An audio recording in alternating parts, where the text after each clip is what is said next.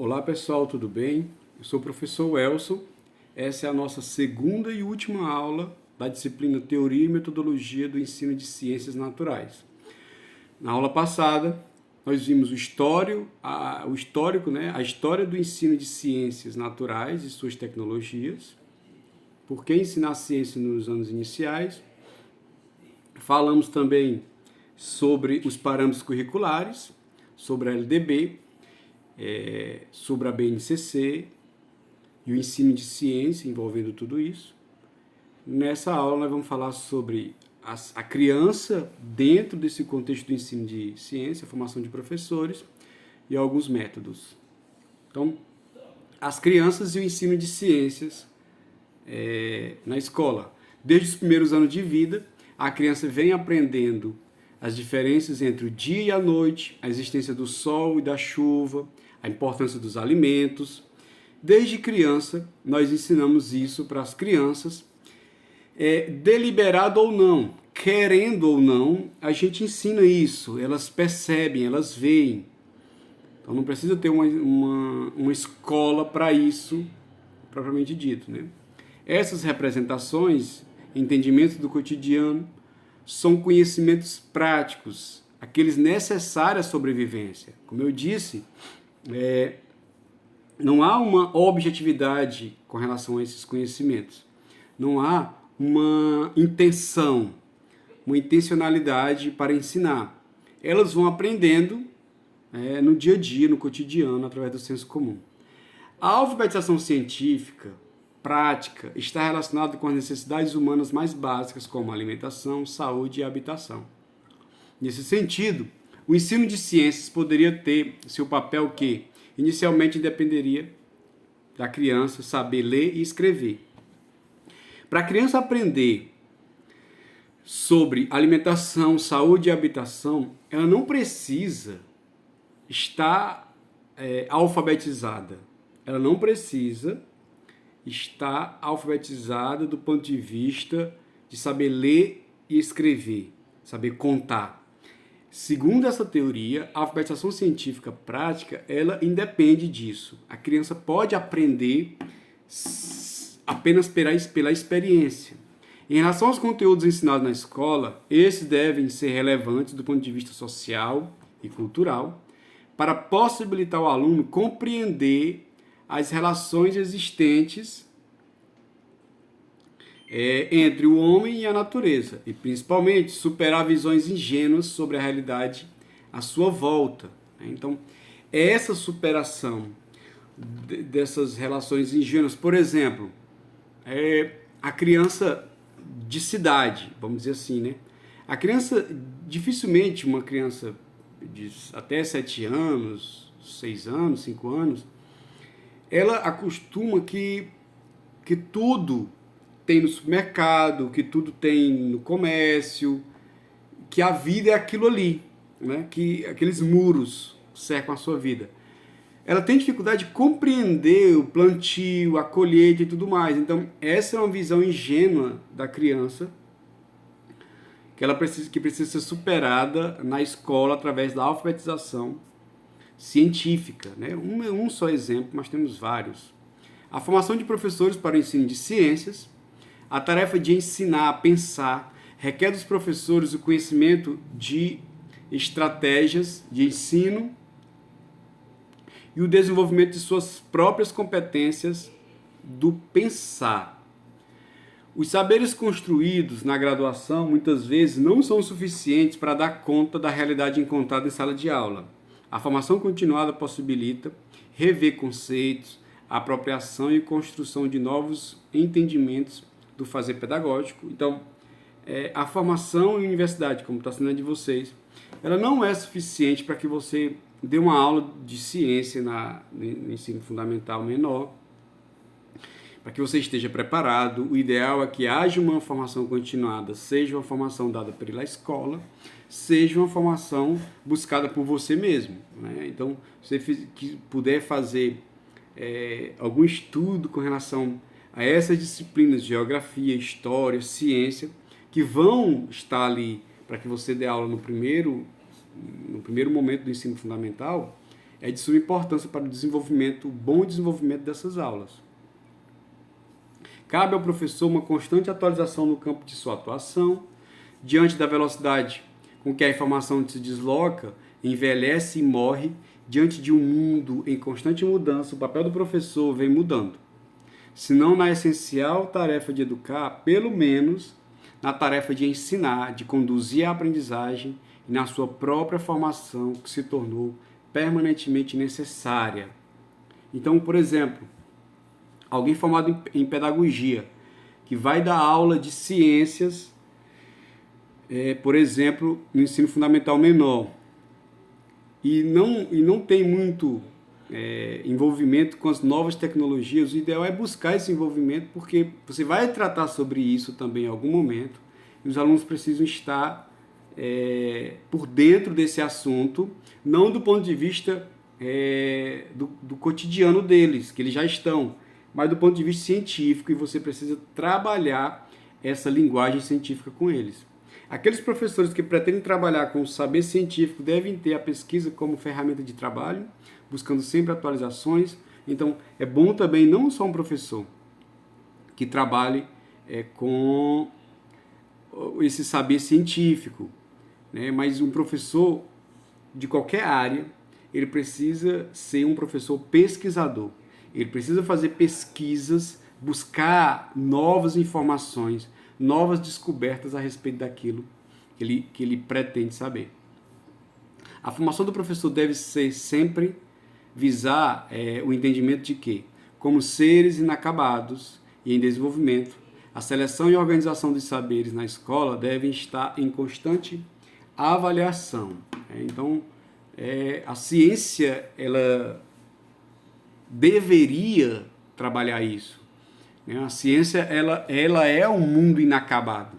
A ciência é a maior representação do que é o ser humano.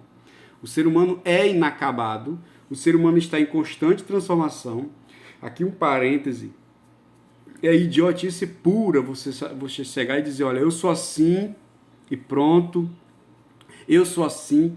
Nós temos, aqui do ponto de vista filosófico, nós temos umas certezas que são banais, assim. Nós temos umas certezas aqui entre nós. Eu sou isso, eu sou aquilo, eu sou desse jeito, eu sou daquele jeito. Nós somos seres inacabados, nós estamos em constante transformação. E você que diz que é de um jeito e jamais será de outro, você está mentindo para você mesmo, porque às vezes, por capricho, eu não me permito ser quem eu sou, porque eu disse que eu não era aquilo que agora eu sou, entendeu? Eu disse que eu era outra pessoa, então eu fico ali, não, mas eu fico me segurando naquela fortaleza, naquelas colunas que eu levantei na minha vida. Eu não gosto disso, eu não gosto daquilo. Eu não gosto disso ainda, eu não gosto daquilo ainda, eu não me dou bem com pessoas assim ainda, mas eu vou mudar. Tá entendendo? Nós somos inacabados, nós somos seres imperfeitos, inacabados, aprendentes, ensinantes. Nós somos seres que aprendemos e ensinamos o tempo inteiro. Então, como é que eu sou um ser que aprende o tempo inteiro e digo que eu sou de um jeito e não vou mudar? E digo que eu sou de uma maneira tal que eu não me permito mudar. Claro que você deve se permitir. Fechando aqui o parênteses filosófico. Mas, diante disso, a ciência também é essa imperfeição. Ela é inacabada. É isso que faz a ciência girar. É isso que faz o conhecimento ser sempre algo que eu preciso correr atrás desse conhecimento, porque ele é inacabado. Como afirma Pimenta e Lima, num curso de formação de professores, a disciplina deve contribuir para formar professores a partir da análise, da crítica e da proposição de novas maneiras de fazer educação. E aí chega o papel do professor no ensino de ciências. As contradições da ciência e tecnologia nos dias atuais pressionam a não ser ingênuo diante das descobertas técnico-científicas. Jamais, você não pode se render à descoberta como se ela fosse uma verdade absoluta. Você tem que entender, olha, por exemplo, eu sou de uma época em que ovo fazia mal. né? Então, assim, olha, ovo faz muito mal, não pode comer ovo tal hora, se você comer ovo à noite, você pode dar convulsão, era um inferno. Você tinha ovo no quintal de casa, ali as galinhas botavam o ovo o tempo inteiro, mas você tinha toda uma regra para comer o ovo, né? O ovo era muito perigoso. E na verdade o ovo era muito saudável, e sempre foi, e muito nutritivo, muito poderoso e muito barato. Todo mundo tinha. Então talvez o preconceito sobre o ovo tenha vindo exatamente da abundância do ovo na casa do pobre. Né? Então, assim, olharam para o ovo e deram para ele a ideia de vilão. E que hoje descobriu-se que o ovo é o segundo alimento mais importante do mundo, só perde para o leite materno. Então o ovo é o alimento mais completo do mundo. Então, a loucura. Aquilo que sempre teve no quintal da sua casa, que foi sempre cheio de regras e mais regras, hoje está aí nas prateleiras, caros hoje, eles são caros e bem valorizados, né? Como sempre deveria ter sido. E aí você descobre hoje que aquele ovo lá da galinha caipira que tinha no quintal da sua casa é 20 vezes mais nutritivo do que aquele ovo que é vendido na prateleira do supermercado de uma das grandes capitais e cidades do Brasil.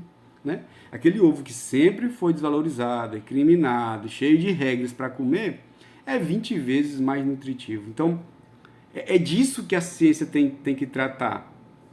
É acabar com essa ingenuidade de conceitos formulados a respeito de um conteúdo ou de um alimento, por exemplo, no caso do ovo, e a ciência vai lá e tenta descobre, mas eu estou falando isso hoje. Amanhã alguém pode descobrir que o ovo realmente era problemático e por isso que nossos pais estavam certos e tudo mais. Então eu não posso estar aqui refém desse conhecimento. Eu tenho que disseminar o conhecimento baseado em pesquisa científica e tudo mais, mas sabendo que isso pode ser alterado, pode mudar com novas descobertas.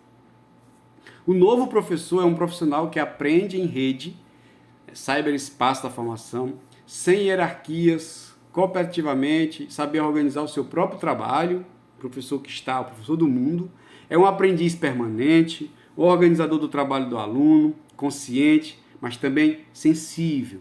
O novo professor precisa desenvolver habilidades de colaboração, trabalho em grupo, interdisciplinaridade, de comunicação, saber falar, seduzir, escrever bem, ler muito, de pesquisa, explorar novas hipóteses, duvidar, criticar e de pensamento, saber tomar decisões quando necessárias.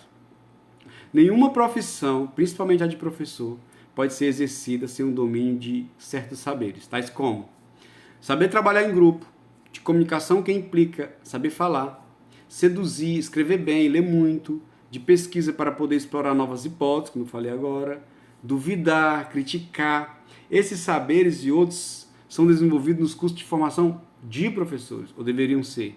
Como apontado por Libânio em 2004, o professor é mais competente quando sabe imaginar, refletir e articular as condições que possibilitem aos alunos aprender de forma duradoura. Então, um bom professor, segundo Libânio, e eu concordo plenamente com a sua opinião, é aquele professor que sabe articular, refletir e principalmente imaginar formas de aprender para que aquela aprendizagem seja o mais próximo de ser duradoura possível. Proposta curricular para o ensino de ciências. As propostas curriculares devem ser pensadas enquanto instrumentos de formação humana, as quais deveriam ser elaboradas e implementadas visando uma sociedade mais justa e democrática no que se relaciona à ciência e à tecnologia. Nos parâmetros curriculares do ensino de ciência, encontramos uma proposta curricular com orientação interdisciplinar, a partir dos 4 eixos temáticos, que é ambiente, ser humano e saúde, recursos tecnológicos, terra e universo. Esses 4 eixos temáticos precisam estar em toda e qualquer proposta do ensino de ciências. Os conteúdos relacionados e socializados na escola devem favorecer a construção de uma visão de mundo que se apresenta como um todo formado por elementos interrelacionados entre os quais o homem, agente de transformação. O currículo deve proporcionar a compreensão que o homem, através da interação e exploração no seu habitat, transforma e recria o meio onde vive. Por fim, essa proposta curricular, o ensino de ciências naturais. No ensino de ciências naturais, o professor deverá relacionar os fenômenos naturais e produtos da tecnologia, pois assim possibilitam ao aluno a percepção de um mundo permanentemente reelaborado, estabelecendo-se relações entre o conhecido e o desconhecido, entre as partes e o todo, entre o mundo que existe, o mundo que poderá existir ou não. Por que eu digo o mundo que poderá existir ou não? Existe uma relação entre o conhecido e o desconhecido. O conhecido é tudo aquilo que você sabe, que você tem certezas, vamos dizer assim, né? Certezas com o C minúsculo. Essas certezas é aquilo que você sabe, que você conhece. O desconhecido pode ser um aprimoramento daquilo que você conhece, pode ser a extinção daquilo que você conhece, pode ser a substituição daquilo que você conhece. Então, esse é o desconhecido. E a ciência, ela busca o desconhecido. Ela busca entender aquilo que nós não conhecemos ainda, né? E o ensino de ciência, ele dá publicidade a esse desconhecido que vira conhecido pela ciência. E esse é o ensino da ciência. Então, ela de certa forma, dissemina, ela invade a escola, claro que com a didática apropriada, dependendo da idade, para que isso seja apreendido e seja utilizado para a convivência em sociedade.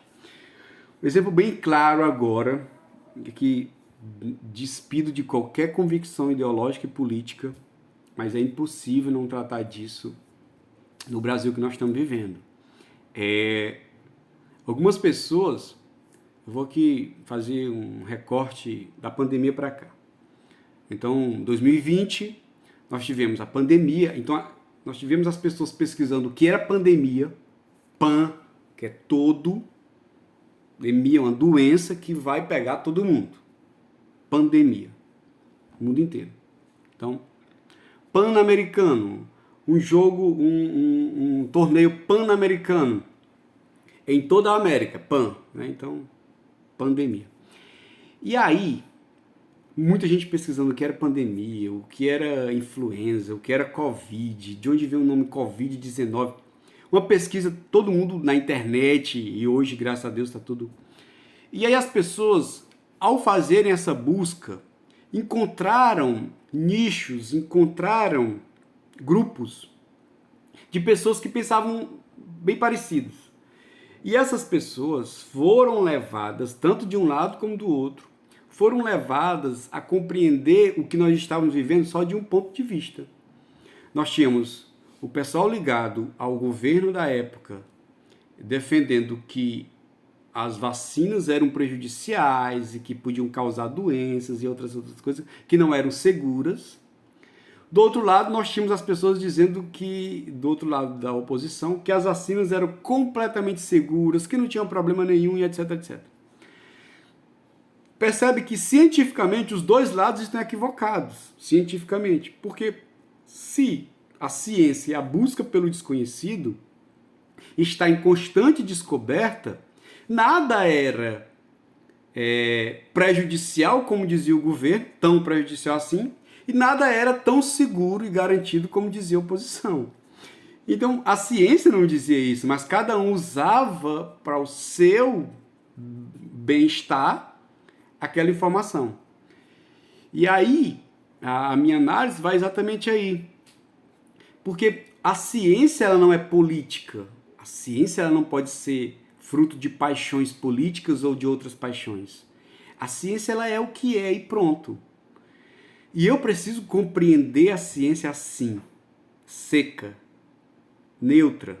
Eu não posso entender, claro, que por trás da ciência que nós conhecemos tem laboratórios que ganham rios de dinheiro, tem empresas de petrolíferas e etc, etc, etc. Só que o conteúdo científico ele precisa ser analisado por mim, que vou ler aquilo, desprovido de qualquer política, porque senão acabou. Eu estou morto. Então, o conteúdo, o resultado precisa ser entendido por mim assim. Claro que eu preciso saber qual a origem disso, né? Mas aqui no Brasil, cada um foi buscar a sua verdade, no mundo também. E ficou cada um recluso naquela verdade sem abrir a cabeça para entender o resto do que estava acontecendo. Pronto. Esse é o primeiro momento. No segundo momento foi agora no final da eleição, e agora também a ciência, a história, algumas pessoas dizendo que é intervenção militar, golpe militar, e etc, etc, etc.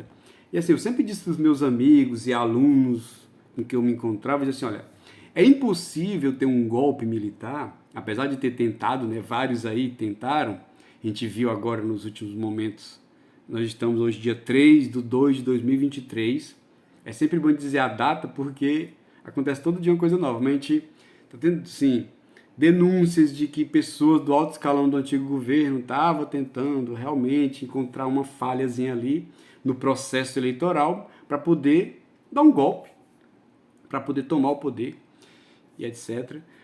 Mas isso tudo está sendo investigado, há indícios que isso pode ter acontecido, mas eu sempre disse, não vai ter, porque se você fosse lá, tivesse o trabalho de ir lá na história de 1964, quando foi o último golpe militar no Brasil, você tinha percebido que as condições históricas daquela época são exatamente o contrário das condições históricas de hoje. Naquela época, nós tivemos o STF apoiando o golpe, a Câmara do Deputado apoiando o golpe, os Estados Unidos apoiando o golpe e o Exército apoiando o golpe. Nesse agora, o STF estava contra, o Congresso estava contra, os Estados Unidos contra e a maioria do Exército contra. Então eu disse, olha, é só ler a história, é só ir lá. Então assim, a ciência ela serve para isso, para que você... Porque eu tô louco para que isso aconteça, mas eu vou ver quando isso já aconteceu, eu vou dar uma olhadinha lá, ver se... Claro que não dava, era outro momento, e aqui eu não estou fazendo juízo de valor se o golpe é isso, não. Eu estou descrevendo algo científico, tá bom? Então, por que eu estou fazendo isso? É porque a ciência ela trata do nosso dia a dia. Eu quero colocar isso para vocês, além de teoria, prática também. Para quando vocês forem dar aula desse tipo, vocês tratarem sobre o dia a dia dos alunos de vocês, assim como eu estou tratando do dia a dia nosso aqui. E aí vem as metodologias do ensino de ciências. Na atuação docente, é importante compreender a intenção, isto é, por que se ensina um determinado conteúdo e não outro, por que se escolhe uma determinada metodologia e não outra. A pesquisa na escola é uma maneira de educar e uma estratégia que facilita a educação e a consideramos uma necessidade da cidadania moderna. A pesquisa ela tem que acontecer. As aulas de ciência devem privilegiar atividades experimentais e teóricas em que possam ser desenvolvidas habilidades tais como observar, analisar, comparar, registrar e sistematizar aspectos relevantes dos conteúdos a serem apropriados pelos alunos. Então, a escola precisa dar essa oportunidade para que o aluno observe, analise, compare, registre, sistematize, para que ele entenda que isso é fazer ciência. Nos Estados Unidos, nós temos as semanas científicas, semanas culturais, nós temos os espaços científicos. Aqui no Brasil também nós temos atividades científicas na escola, mas nós temos, às vezes, atividades científicas apenas de reprodução daquilo que já existe. O ideal seria a criação do novo, descoberta. O professor deverá associar os interesses dos alunos às feiras de ciências, aos conteúdos a serem trabalhados, buscando desenvolver um trabalho interdisciplinar. E aqui eu trouxe, para nós finalizarmos isso, eu trouxe algumas sugestões de atividades práticas. Estratégia, debate com a classe. O papel do professor nisso, propor que falem sobre as questões ambientais e atuar como mediador, envolvendo a coleta de impressões de todos os alunos. Ação dos alunos. Devem expor suas opiniões mostrando o que conhecem sobre o tema. Segunda estratégia, discussão em pequenos grupos. Eu diminuo ali os grupos, e aí o papel do professor nisso. Dividir a classe em grupos de 4 alunos a 6 alunos, oferecer fonte de pesquisa e solicitar a busca de conclusões. O que os alunos devem fazer? Consulta e elaboração de argumentos e opiniões referentes aos temas que são apresentados a toda a classe. Terceira estratégia, tempestade cerebral. Atividade em que os alunos são convidados a apresentar livremente soluções possíveis para um dado problema. Isso eu já fiz em sala de aula, claro que eu fiz no nível mais elevado. É um sucesso isso, viu, gente? Se você organizar bem, o que o professor deve fazer? Atuar como mediador e facilitador, não censurar respostas, mesmo se não pertinentes, e, após a apresentação de diferentes ideias, buscar junto aos alunos a eleição das mais significativas. O que os alunos devem fazer? Apresentar sugestões, propostas e ideias conscientes de que a transformarão em um documento que, após aprovados em classe, transformar-se-á em atividades cotidianas dos alunos. Exemplo aqui. Eu tenho um problema na escola, um problema de desperdício de comida, né? Desperdício de comida na hora do lanche ali da escola. E aí, esse é o problema. E aí eu separo a turma e dou para os alunos a oportunidade de qualquer solução. Então, assim, vão sair soluções absurdas, desde dar um castigo no menino que desperdiça a comida de 15 dias sem aula, ou castigos horríveis.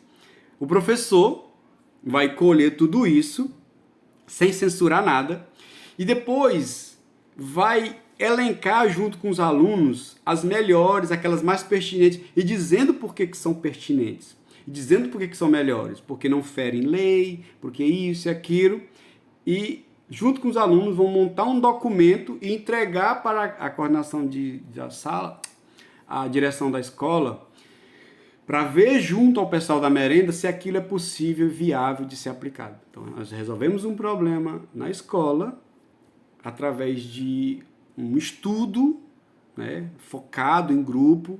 Então, aí o objetivo da ciência é esse: resolver um problema que existe através de conhecimento.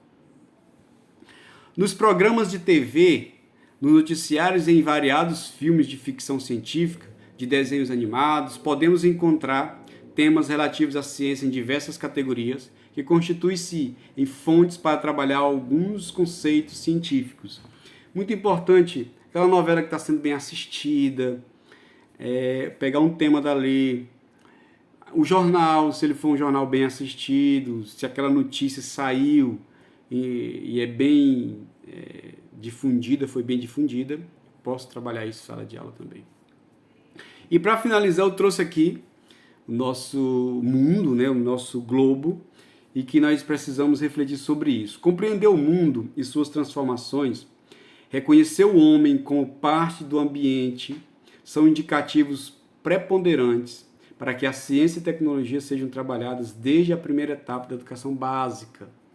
É primordial que as ações do professor sejam desenvolvidas de forma contextualizada e interdisciplinar, para que os alunos identifiquem os significados que a ciência e a tecnologia apresentam na vida das pessoas.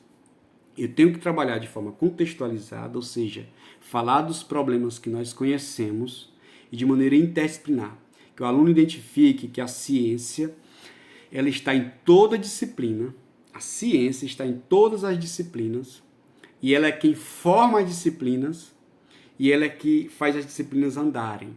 Olha, a ciência é uma das disciplinas mais importantes da grade curricular, porque a ciência em si, ela é a mãe de todas as disciplinas, e ela é a meta, ela é o objetivo de todas as disciplinas. Ela é o que faz essas disciplinas mudarem constantemente. É a ciência, a descoberta científica. Por isso, essa disciplina precisa ser bem valorizada, bem trabalhada. Claro que aqui eu só dei o panorama disso tudo.